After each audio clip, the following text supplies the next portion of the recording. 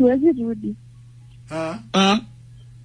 Kwa hivyo sasa siwezi rudi kwa sababu anashinda ananisumbua kila wakati, ananichapa na hata ananitupia vitu zangu nje, akaniambia toka uende, unafikiria venye nilikupata Facebook. Kama nilikupata wewe Facebook, si wasichana bado ni wengi tu wenye nitapata bado, na wenye natendanga nikionaona kila wakati. Tuwe si peke yako mwanamke naweza taka. Alikwambia hivyo? Aliniambia hivyo, akanifukuza, akaniambia na hata si lazima urudi. Hata utaweza rudi hivi unapata kumbe niko na mmoja ama wawili kwa nyumba.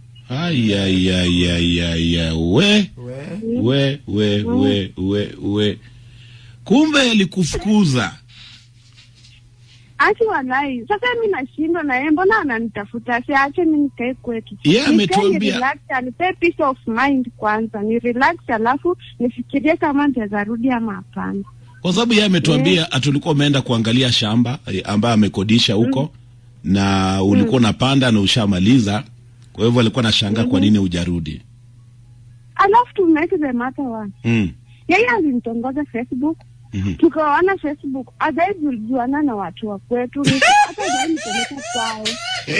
Tunaishi tu kwa land. Sijui kwao, hajui kwetu. Ujui hata kwao na yeye hajui kwenyu. Hajui kwetu na sijuani na watu wa kwao. Nikimwambia nipeleke nyumbani anakataa. Anasemanga sijui uko pia alioa. Anaendanga tu peke yake. Yeye anataka hii ndio yenye kwetu ya Facebook. Ni kama anataka tu kwetu ya Facebook. Muulize hapo, yeye mwenyewe amejistaki. Muulize awaambie. Okay, Nyongesa, mbona uongei?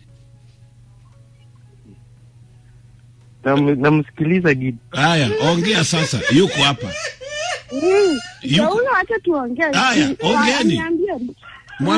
Mwambie kile ulikuwa unataka kumwambia. Mimi nilikuwa nataka kumwambia bila aliniambia akienda nyumbani hata rudi. Sasa nilikuwa naomba penye tulikuwa tumekosania asahau tu alafu arudi. Kwa vile ni siku ngapi tu lakini ninaumia. Sasa kumaanisha hello? Yes sir. Kumaanisha unataka kuconfirm kama sirudi ushapata mwingine mwenye unaweza replace hapo kitambo, unataka tu kujua naweza rudi ama hapana. Sirudi, wewe endelea na maisha yako, wewe oa. Hapana, hakuna mwenye na replace, ni wewe tu.